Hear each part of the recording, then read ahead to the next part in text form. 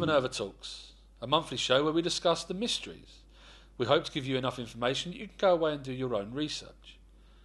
I'd like to introduce my co-host, Duncan. Hello. And today we'll be talking about the temple treasure.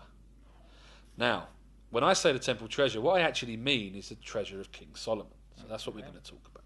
The Ark of the Covenant, the Menorah, etc., etc., etc. So, to start off... Yes. The suspects. Let's talk about the suspects. So, believing that there is a treasure, from my point of view, there are lots of different people involved in this, or could be involved in this, as to where the treasure is or where the treasure has ended up. It could be the Egyptians, the Babylonians, the Romans, the Knights Templar, etc. And all of those all those people would lead to different places over the globe. Some will say it's on Oak Island in Nova Scotia. Some would say it's hidden below Roslin Chapel in Scotland. Others would say it's still in Jerusalem, in Quran. There are lots of different theories, but where do you stand on the topic? With that smile, you already know where I stand on this topic. Right, firstly, go through the artefacts. I don't believe the Ark of the... Apologies for all those who have a faith is grounded in it, not just from a research perspective, of course, but those who hold an actual religious faith to it. I do not believe the actual Ark of the Covenant ever existed. Okay. There is...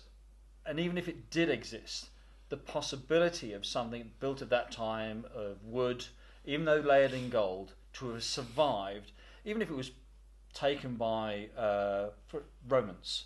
I mean, you don't have to go through the reign of Caligula, who sold virtually anything had the remotest level of gold on it, went. Yeah. And so the Ark of the Covenant, which would have had no value, would have been stripped of all its gold and would have paid for some kind of entertainment going on. So if it did exist, it couldn't exist anymore, my personal opinion. Yep. But the first part, I don't think it ever did. Well, the temple in Jerusalem was sacked lots and lots of times, and we know throughout history that there were some treasures there that were held there, certainly gold and silver and things like that, and there would obviously have been religious artefacts there. What about the Golden Menorah? Well, I suppose if we're going to look at the location, one of the reasons I don't believe that the Ark of the Covenant was actually ever there is because one of the supporting things is there is... I'm going to have to add the word virtually, because I know people will quote about little tiny artefacts. There's no evidence of Temple of Solomon ever being actually built there. I can understand that if he did exist, I mean, we can look at possibly a concept of a tribal chief, in the same that we would talk about King Arthur. It's a case of he's got a Roman general, possibly stay behind and kept the thing going. Yes, I can accept that. I can accept the concept of a Solomon. But to build the temple as it's been described biblically, no, it's not there. In fact, what we refer to as the second temple, I always get to pronounce his name, Zerubbabel Temple. Yep. To me, is actually really possibly the first one that was ever built there. Oh, and okay. of course, when that was built, it would have had the artefacts to decorate it. It wouldn't have had the Ark of the Covenant because it didn't exist. And the other part is, if you look at the Bible, it just... One priest says, actually, no, you're not worthy of it, I'm going to bury it somewhere, and it's not referred to again. And so that explains why there's no Ark of the Covenant in the second temple, albeit the first temple. Yeah. But that would have had the menorah in there. It would have been gold. And so when Titus comes through to deal with the Jewish revolt, I think it was 70 AD, he takes what's actually there at the time, and that's what we see carved on his arch. Of course, you see this big menorah thing being there. Yeah, so there's an arch in Rome currently that stands, and it's still got the carvings of the sacking of Jerusalem and the Roman army essentially carrying out lots of artifacts, and one of them being the menorah. So that's again a very plausible reason. If there was a treasure, and it's still my belief that these things probably remain. Had it have gone to Rome, did it go to the Roman Church? Is it hidden away still in the Vatican? There's a possibility of that. But we also hear of the Knights Templar. And the Knights Templar were in and around the area. We know that they were excavating under the Temple Mount. Yeah. We know that there were treasures around about, and whether or not these things had been hidden during the sacking a bit deeper, and the Templars have potentially gone along to try and find these, although never quite shown with the Templars. We never found them. They were never depicted in anything.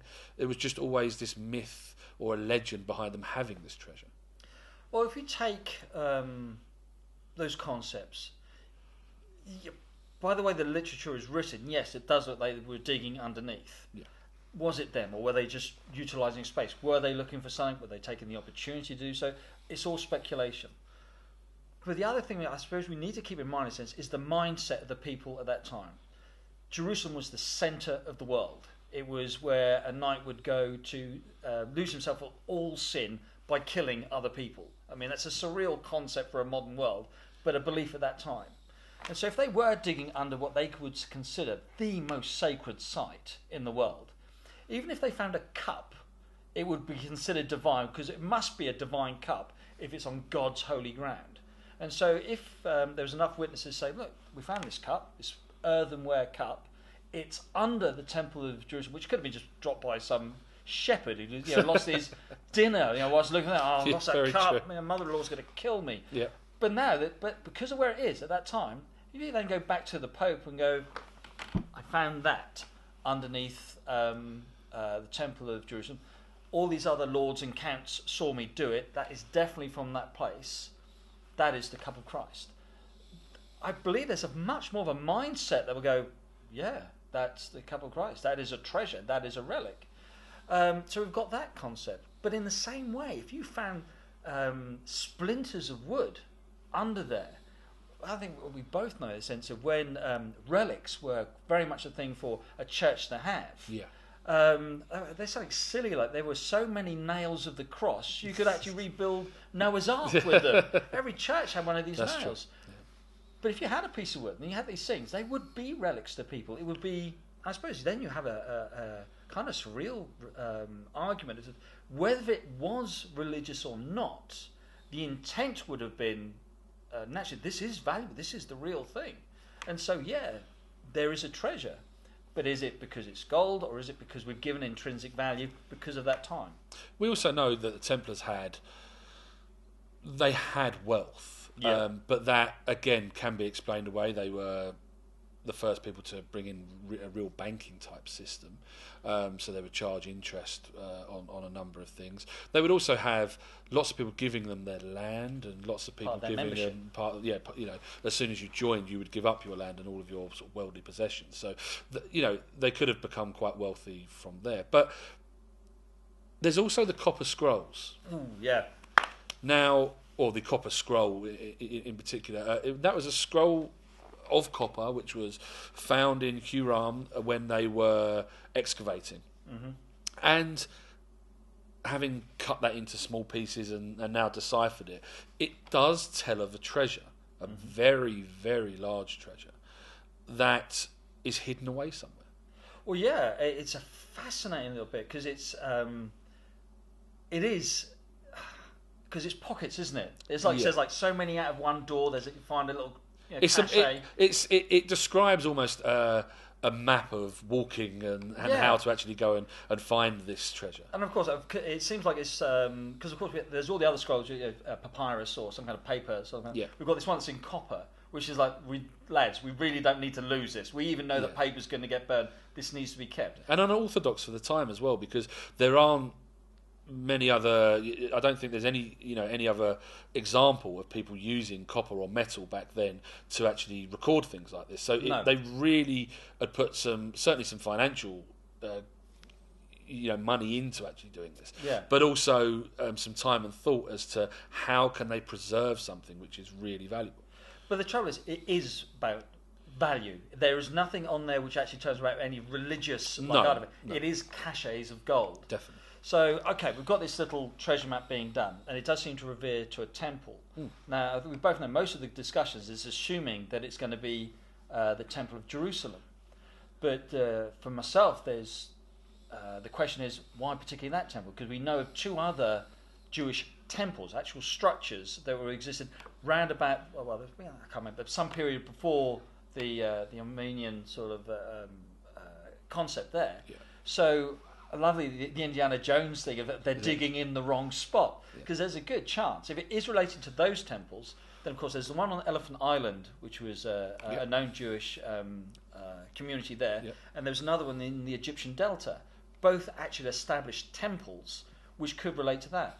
But I was thinking the other day that if all the other scrolls are all relevant to the Dead Sea Scroll community, then where's their temple? They would have had a place of worship for their own thing. I mean, how defined is this word temple within the scroll to the sense of it's near the front door? Well, the front door will be any of the temples. So, and if it's all those scrolls are relevant to that community, why isn't that scroll the same? Maybe the thing we're looking for is actually the temple for that group rather than any sort of like substantial temple. Definitely, and with this scroll, it could have been, and we don't know, it could have been replicated. So this could have been found by somebody like the Templars or another group, and they may have found some of that treasure. Yeah. There are still people searching for it now. One of the key things is in Jerusalem, there's no scanning, there's no metal detecting, there's no digging. I think the last excavation when they were looking for this particular treasure, they were only allowed to go down to about 0.5 metre. Really? Yeah, so you're not going to find anything that, it's going to be deeper than that. And there is a kind of push at the moment to try and get these things moving again so that they can excavate and they can try and find this treasure, because there is some good information out there if you go digging for it, excuse the pun. Yeah, it's just a case of this conversation of treasure, though. Do you honestly believe that there is religious treasure under it? Or are you talking about the caches of gold? Because the other thing, if there was gold there, it would have gone at some point. Yeah, I believe that there was both. I believe the temple would have housed religious items, as we kind of agree on. Maybe not, as I say, you say the Ark of the Covenant, but I certainly believe there are religious items which would have been in the temple. And I believe there would have also have been caches of gold within the temple as well. I like to think that it's still out there. I really do. And I do wonder if there is a society or a group of guardians who are looking after it, who know where it is. Is it buried somewhere, but it's buried so far away or so deep that they can't get to it? I don't know. It's really, really hard, but it is, again, belief backed up by some facts and some history, but it's something you either believe or you don't, I think. No, it's very true. I mean, the greatest one we've got, I suppose, is the Oak Island one. Yeah. Because there is clearly a pit that's been dug with some very sophisticated but crude defence systems to do it. Yeah. Love it. I love it. I mean, we've got to have a conversation about that at some point. Definitely. The rest, though... Yeah, this also relates to things like Roslin Chapel. And so many people will say that the Templars had this treasure. When they were disbanded, the French went into the temple at Paris. Yeah. They found a vault that was completely empty. Were they tipped off? We know that lots of ships left La Rochelle with Templars on them. But what else?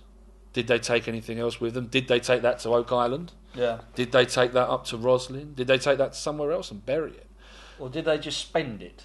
Well, that is the problem. That's the thing. It's a case of at some point, if there's money, it goes. It will dwindle down. Definitely. And I think that's...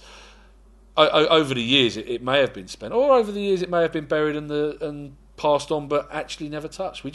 We'll never know, and that's what I think makes these topics so exciting. That's very true. So, thank you very much for watching. We hope that you've enjoyed this episode, and we look forward to seeing you again soon.